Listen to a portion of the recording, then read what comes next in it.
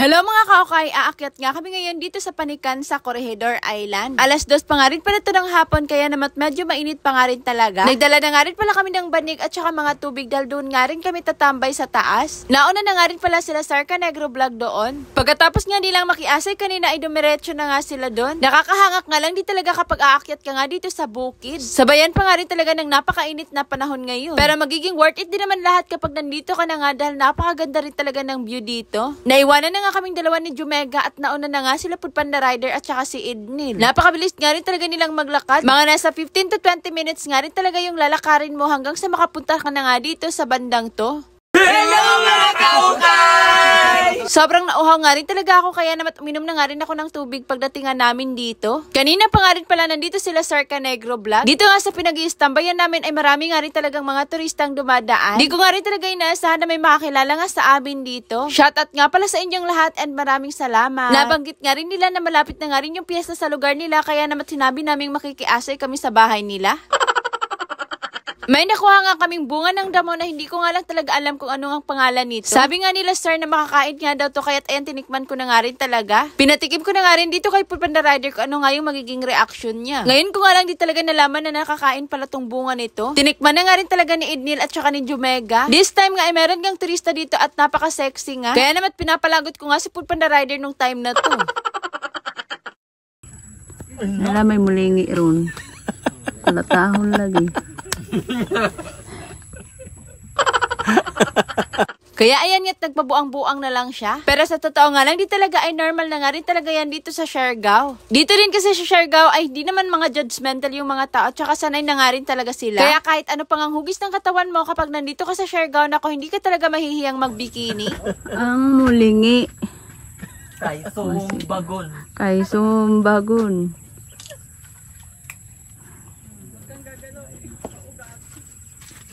Klaro manggudiri ako. Kabanggo ang natin ko ano, JM. Klaro manggudiri ako. Imo na yan. Kiro. Ang itlog na. Klaro. Napapasana all na nga lang di talaga ako dahil sa sobrang sexy nga nila. Kung lalaki ka nga siguro mapapasabi ka na lang sana naging lubi na lang ako.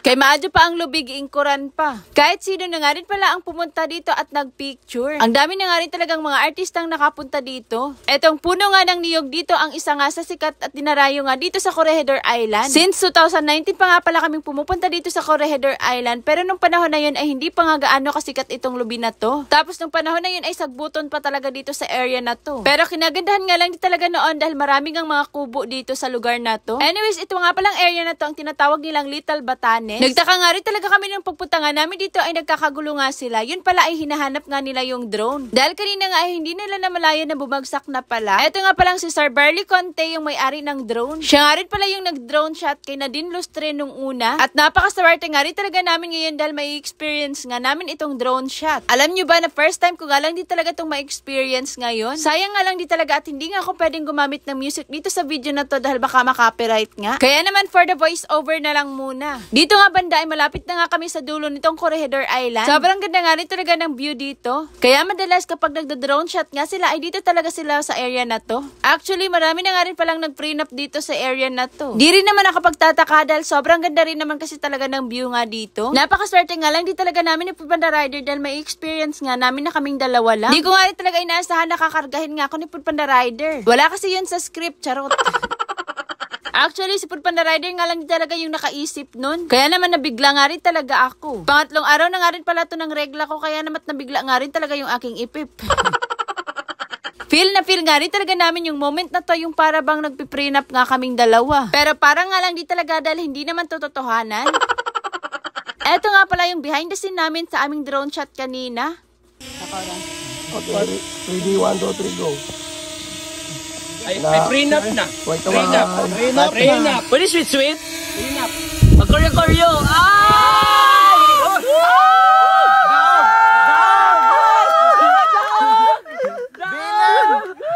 Uy, kagana pre. Gana pre. Yes! Daog! Daog na kuno kay. Kapoy na. Dili paglugo. Kere!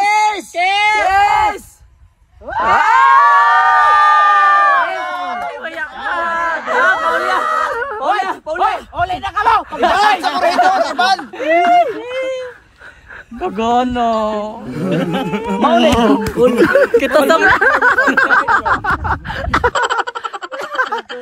Maraming salamat nga lang talaga dito kay Sir Burley Conte sa pa-drone shot experience nga niya sa amin. Anyways, mga ka-okay, kung naghahanap nga kayo ng magdo-drone shot sa inyo dito sa Corregidor Island, ay hanapin nyo nga lang si Sir Burley Conte. Ito nga pala yung kanyang FB account. Mas maganda nga rin talaga ma-experience nyo ang magpa-drone shot para masulit nga yung pagpunta nyo dito sa Corregidor Island.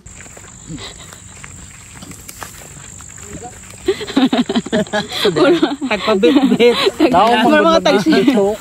Kargador day. Kargador ang peg day. Kargador nato ko an Miss Cathy karon. Magdidilim na nga rin talaga, kaya namat naisipan na nga rin namin na bumalik na sa bahay nila Idnil. Pero sa paglalakad nga namin ay bigla nga akong naihi, kaya namat dito sa area na to ay naihi na muna ako. Meron nga rin nakakilala sa amin dito, kaya ayan nagpa-picture na nga rin sila. Shout out sa inyo, maraming salamat. Kinagabihan naman ay naligo at nag-ayos na nga rin ako. Sobrang lagkit ko na nga rin kasi dahil ang dami nga naming naging ganap kanina. Shoutout nga rin pala dito sa kanilang dalawa and maraming salamat. Niyaya nga rin nila kaming mag-disco mamaya, kaso nga lang talaga nagdadalawang isip nga ako dahil alam nyo naman, hindi pa nga nakarecover yung aking ipip.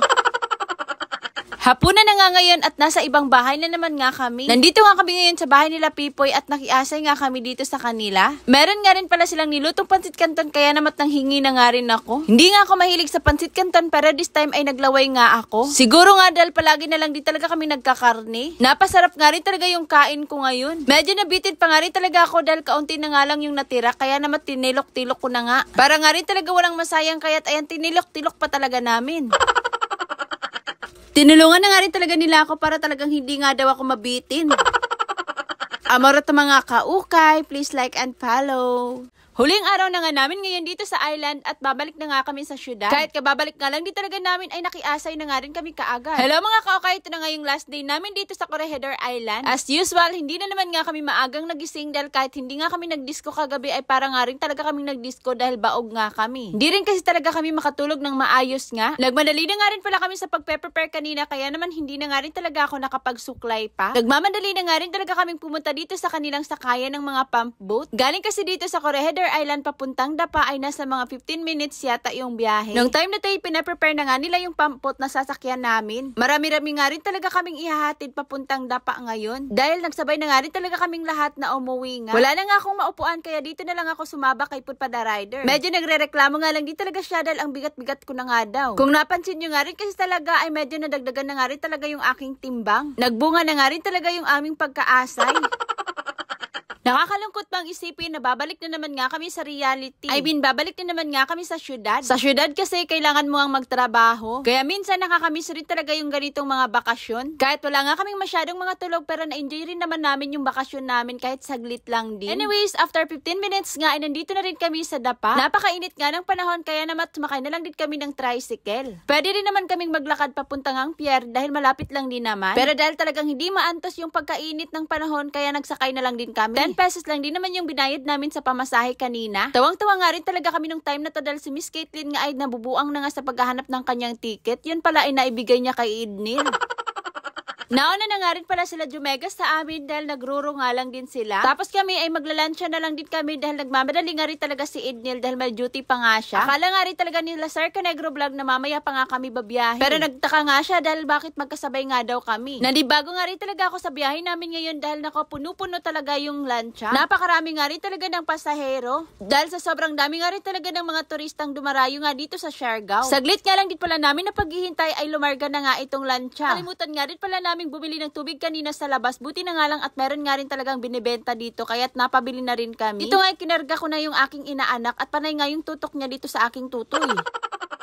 Kami talaga yung tipong kapag dumaong na nga ang lansya ay tatayo nga kami kaagad. Napakainit din kasi talaga maghintay. Kaya para makalabas nga rin talaga kami kaagad ay tumayo na nga kami dito. Pagpasensya nyo na nga pala itong pagmumukha ni Idnil.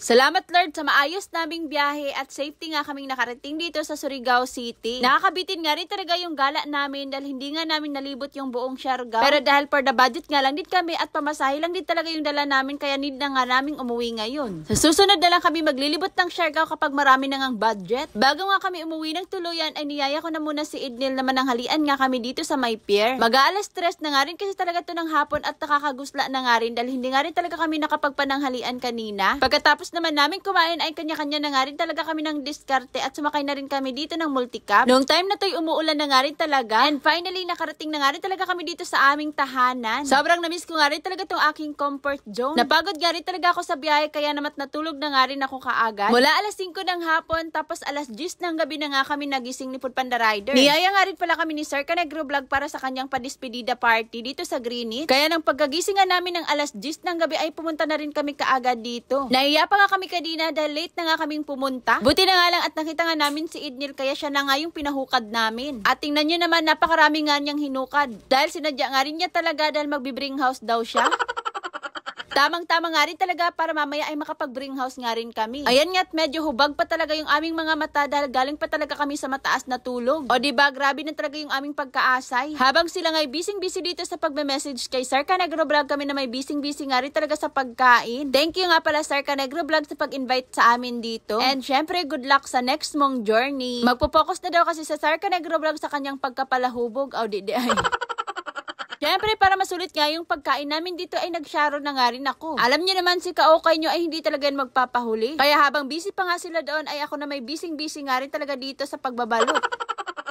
Ang dami nga rin talaga naming nabalot. Pero hati nga pala kami ni Idnil dyan, baka sabihin nyo naman ang takaw namin.